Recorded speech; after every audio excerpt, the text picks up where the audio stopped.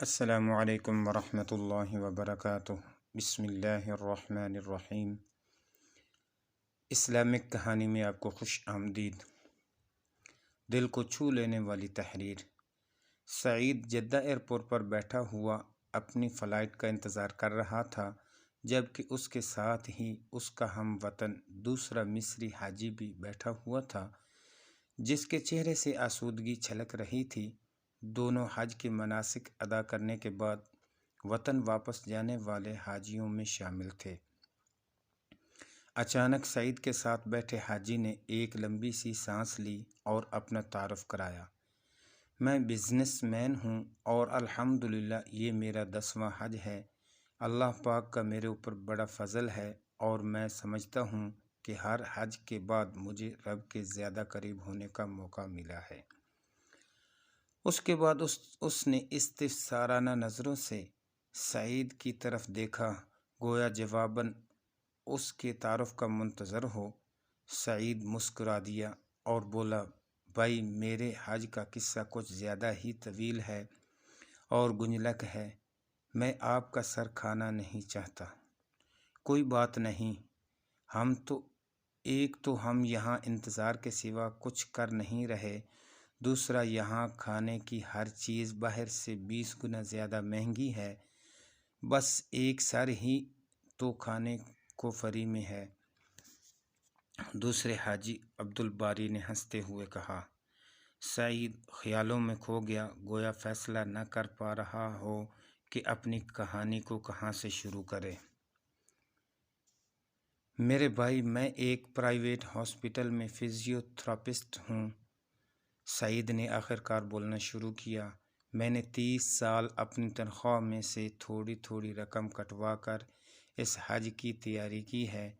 اس سال میرے حج کے اخراجات پورے ہو گئے تھے، جنہیں میں ہسپتال کے فائنانس ڈپارٹمنٹ سے لے کر نکلا ہی تھا کہ ایک خاتون کو دیکھا جس کا بیٹا ایکسیڈنٹ میں تقریباً معذور ہو گیا تھا، مگر پچھلے 6 ماہ میں میری انتھک محنت اور پیار و شفقت کی وجہ سے وہ 50% ٹھیک ہو گیا تھا، جبکہ امید تھی کہ مزید 6 ماہ کے بعد وہ مکمل صحت یاب ہو جائے گا۔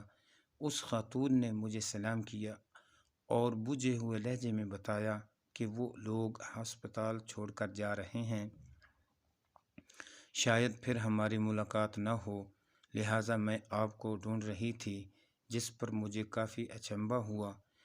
مجھے لگا جیسے وہ میرے علاج سے مطمئن نہ ہو۔ کیا آپ میرے طریقہ علاج سے مطمئن نہیں ہیں؟ میں نے اس خاتون سے سوال کر ہی دیا۔ نہیں ڈاکٹر صاحب، ایسی بات نہیں ہے، آپ نے تو بچے کو ڈاکٹر کے بجائے باپ بن کر سنبھالا ہے، میرا تو روں آپ کو دعائیں دیتا ہے۔ آپ نے میرے بچے میں نہ صرف جینے کی جوت جگا دی، بلکہ اپنی ڈیوٹی سے ہٹ کر اس کو وزٹ کیا اور تحفے تحائف بھی دیے، جس کے لیے ہم میاں بیوی آپ کے بہت شکر گزار ہیں۔ پھر آپ ہسپتال چھوڑ کر کیوں جا رہی ہیں؟ میں نے حیرانی سے پوچھا، مگر وہ میری بات کاٹ کر جواب دیے بغیر مریض کے کمرے کی طرف چل دی۔ میں سیدھا ایڈمن کے آفس کی طرف گیا اور بچے کا کمرہ نمبر بتا کر پوچھا کہ یہ لوگ ہسپتال کیوں چھوڑ رہے ہیں۔ وہ چھوڑ نہیں رہے، بلکہ ان کو کمرہ خالی کرنے کا نوٹس دیا گیا ہے۔ لڑکے کا والد جاب سے فارغ کر دیا گیا ہے، جس کی وجہ سے وہ لوگ ہسپتال کے چارجز دینے کے قابل نہیں، لہٰذا ان کو کمرہ خالی کرنے کے لیے کہہ دیا گیا ہے۔ میں وہاں سے مینیجر صاحب کے آفس میں گیا اور ان سے درخواست کی کہ بچے کو علاج جاری رکھنے کی اجازت دی جائے، مگر میری بات ابھی پوری نہیں ہوئی تھی کہ مدیر نے نہایت رکھوائی سے کہا کہ سعید، یہ ایک پرائیویٹ ہسپتال ہے، کوئی چیریٹی ادارہ نہیں ہے، یہاں وہی علاج کرا سکتا ہے جو اخراجات کی سکت رکھتا ہے۔ مدیر نے دو ٹوک جواب سن کر جو ہی میں مڑا تو میرا دایاں ہاتھ میری جیب سے ٹکرایا، جس میں میرے حج کے پیسے رکھے ہوئے تھے۔ دفتر سے نکل کر میں نے آسمان کی طرف دیکھا اور کہا کہ اے اللہ، تو اچھی طرح جانتا ہے کہ مجھے تیرے گھر آنے کا کس قدر شوق ہے، اور اب جب کہ میرا خواب ایک حقیقت بننے والا ہے تو اس بچے کی زندگی کا سوال کھڑا ہو گیا ہے۔ اے اللہ، میں مجبور ہوں، مگر تو بے نیاز ہے۔ میں حج پہ نہ آ سکا تب بھی مجھے اپنے فضل سے محروم مت کرنا۔ میں وہاں سے سیدھا اکاؤنٹنٹ آفس میں آیا اور اس بچے کے اگلے 6 ماہ کے اخراجات جمع کرا کے اس کے ڈسچارج آرڈر کینسل کرا دیے۔ الحمدللہ میرا دل سکون سے بھر گیا تھا، مگر حج پہ نہ جا سکنے کی کسک اپنی جگہ تھی۔ پھر آپ نے جب اپنے حج کے اخراجات اس عورت کے بچے کو علاج کے لیے دے دیے تو آپ حج پر کیسے آ گئے؟ عبدالباری نے بے چینی سے سوال کیا۔ میں جب گھر آ کر لیٹا تو حج کے مناسک کا ایک منظر میری نظروں میں گھوم رہا تھا۔ میں نے کئی بار بیت اللہ کا خیالی طواف کیا تھا، کئی بار لبیک اللہم لبیک کہتے مجمع کے ساتھ اپنی آواز ملا کر ان کا حصہ بن گیا تھا۔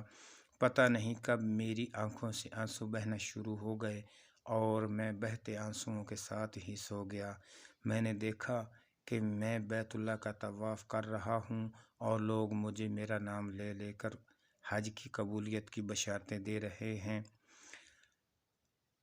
اے سعید، اللہ نے تیرا حج قبول کر لیا، تو نے زمین سے پہلے آسمان پر حج کیا ہے، ہماری حج کی قبولیت کے لیے بھی دعا کرو۔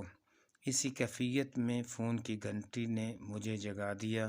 فون پر ہسپتال کا مینیجر تھا جو کہہ رہا تھا کہ ہسپتال کا مالک حج پر جا رہا ہے، وہ اپنے خاص معالج کے بغیر کبھی نہیں جاتا، مگر اس دفعہ اس کے معالج کی بیوی شدید بیمار ہو گئی ہے، جو بیوی کو اس حال میں چھوڑ کر باس کے ساتھ حج پر نہیں جا سکتا، لہٰذا آپ کو ان کے ساتھ بھیجنے کا فیصلہ کیا گیا ہے۔ آپ اپنے ضروری کاغذات ہسپتال کے ایڈمن آفس پہنچا دیں۔ میں نے سب سے پہلے تو شکرانے کے نفل ادا کیے، پھر کاغذات آفس والوں کے حوالے کیے۔ یوں اللہ پاک نے مجھے اپنے گھر بلانے کا انتظام کر دیا۔ حج کے بعد ہسپتال کے مالک نے مجھے میری خدمات کا معاوضہ دینا چاہا تو میرے آنسو نکل پڑے اور میں نے اس کو بتایا کہ اس نے مجھے حج کروا کے مجھ پر اتنا بڑا احسان کیا ہے کہ مجھے اپنا خادم بنا لیا ہے، لہٰذا میں نے جو بھی اس کی خدمت کی ہے وہ اس کے احسان کے مقابلے میں کچھ نہیں ہے، لہٰذا وہ معاوضے کی بات کر کے مجھے گناہ گار نہ کرے۔ پھر میں نے اس کو سارا واقعہ تفصیل کے ساتھ سنایا، جس پر اس نے مکے سے ہی فون کر کے اس بچے کے مکمل علاج تک اسے ہسپتال میں بلا معاوضہ رکھنے کے احکامات جاری کر دیے۔ اس خاتون کے شوہر کو اپنی ایک فیکٹری میں سپروائزر کی پوسٹ پر رکھ لیا اور ہسپتال انتظامیہ کو میرے سارے پیسے مجھے واپس کرنے کے لیے کہہ دیا۔ یوں اللہ پاک نے مجھے فری میں حج کرا دیا۔ عبدالباری کی آنکھوں میں آنسو جاری تھے۔ اس نے اٹھ کر سعید کا ماتھا چوما اور اسے مبارک دی اور کہا، میں سمجھتا تھا کہ میں نے 10 حج کر کے اللہ پاک کا بہت قرب حاصل کیا ہے، مگر آج مجھے لگتا ہے کہ میرے ایسے ہزاروں حج بھی تیرے اس ایک حج کے برابر نہیں۔ میں تو خود حج پر آتا رہا جبکہ تجھے تو اللہ نے خود ہی اٹھا کر اپنے گھر بلایا ہے۔ حاجی سعید، اللہ پاک سے میرے حج کی قبولیت کی دعا بھی کر دو، اللہ تمہارے حج میں برکت دے، آمین ثم آمین۔